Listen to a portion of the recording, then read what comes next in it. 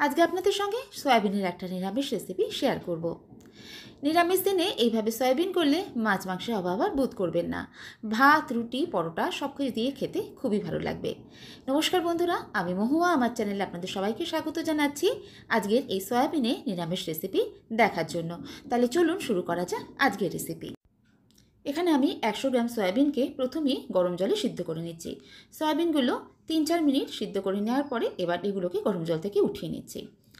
এবার সয়াবিনগুলো আমি ঠান্ডা জলে দিয়ে ভালো করে 2-1 বার ধুয়ে নিয়ে একদম শুকনো করে চিপে তুলে নেব। এরপর প্রথমেই একটা মশলা তৈরি করে নিচ্ছি। এখানে শুকনো কড়াতে আমি 1 চামচ পাঁচফোড়ন ভেজে নিচ্ছি।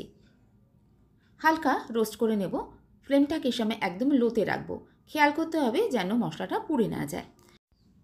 পাঁচফোড়নের সাথে এবার দিয়ে দিচ্ছি 1/2 চামচ জিরে আর 1/2 চামচ ধনে।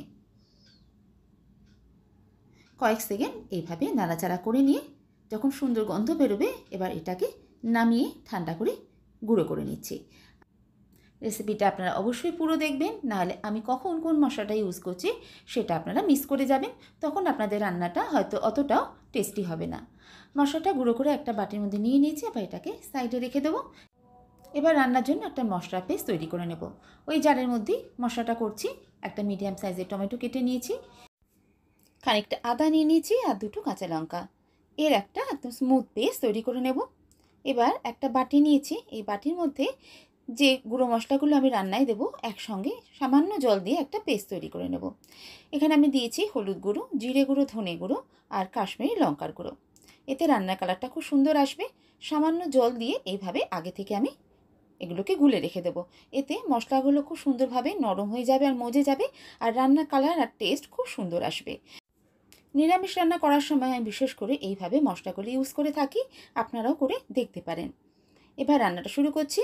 প্রথমেই কড়া বসিয়ে দিয়ে দিচ্ছি সর্ষের তেল। 1 চামচ সর্ষের তেল দিয়ে ভালো করে গরম করে নিচ্ছি। এবার এর মধ্যে দিয়ে দিচ্ছি সয়াবিনগুলো এবার ভেজে নেব। সয়াবিনগুলো দেখবেন যেন একদম জল না থাকে। জল থাকলে কিন্তু সয়াবিনের টেস্টটা অতটা ভালো আসবে না। রান্না করার সময় আমরা যে মশলাগুলো ইউজ করব সেই স্বাদ যদি সয়াবিনের ভেতরে না ঢুকতে পারে তাহলে সয়াবিনের টেস্টটা কিন্তু অতটা ভালো লাগে না। এই জন্য একদম শুকনো করে চিপে তুলে নিয়ে তারপর সয়াবিনগুলো এইভাবে ভেজে নিতে হবে। ভাজার সময় আমি সামান্য নুন আর হলুদ দিয়ে ভেজে নিচ্ছি।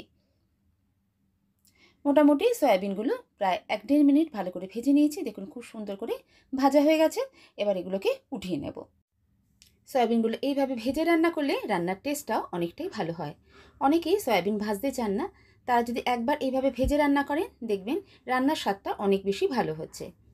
ওই কড়ার মধ্যে আবার আরেকটু সর্ষের তেল দিয়ে দিয়েছি। তেলটা গরম হয়ে গেলে দিয়ে দিলাম 1/2 চামচ পাঁচফোড়ন আর একদম অল্প ছোট 1 চামচ দিয়ে দিয়েছি হিং।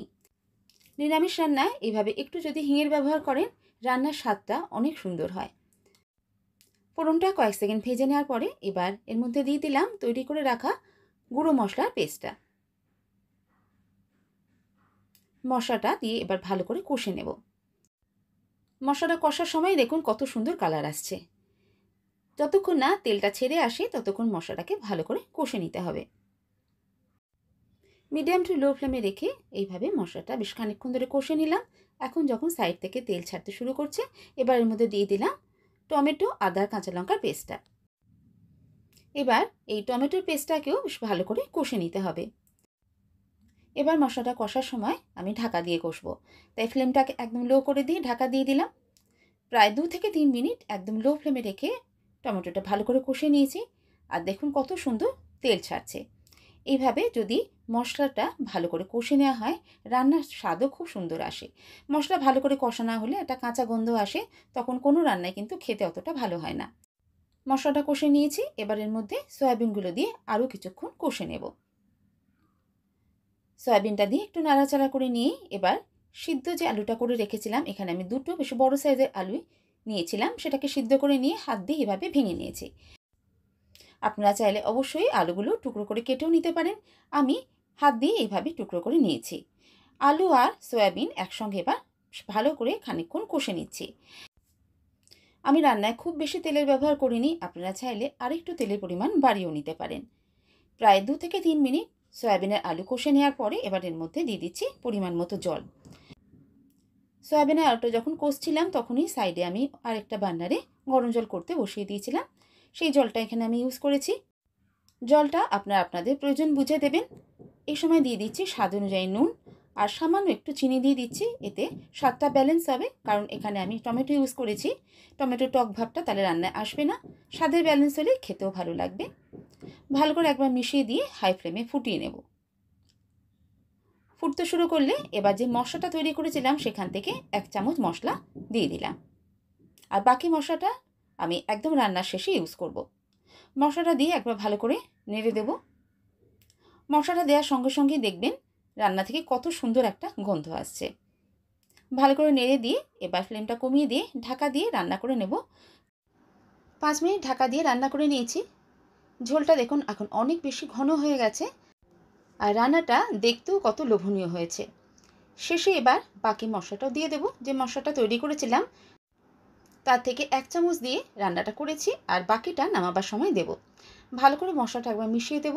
তারপর ফ্লেমটা কমিয়ে দিয়ে ঢাকা দিয়ে আর জাস্ট 1 মিনিটে রান্না করে নেব। সয়াবিনে একদম ইউনিক স্বাদে নিরামিষ রেসিপি এখন একদম তৈরি। ঝোলটা আমি ঠিক এরকমই রাখছি। এইভাবে রাখলে ভাত বা রুটি সব কিছু দিয়ে খাওয়া যাবে। গ্যাসের ফ্লেমটা আবার অফ করে দেবো। তারপর স্ট্যান্ডিং টাইমে কয়েক মিনিট রেখে সার্ভ করব। আজকের এই সয়াবিনের নিরামিষ রেসিপিটা আপনাদের কেমন লাগলো অবশ্যই জানাবেন।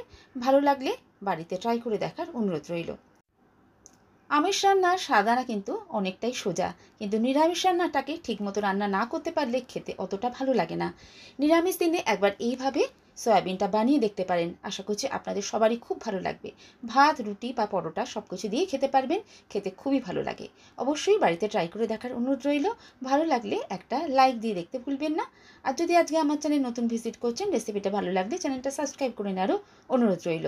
আজ আসি বন্ধুরা, আবার কোনো নতুন রেসিপি নিয়ে আপনাদের সঙ্গে দেখা হচ্ছে। সবাই ভালো থাকবেন, সুস্থ থাকবেন। সবাইকে অসংখ্য ধন্যবাদ।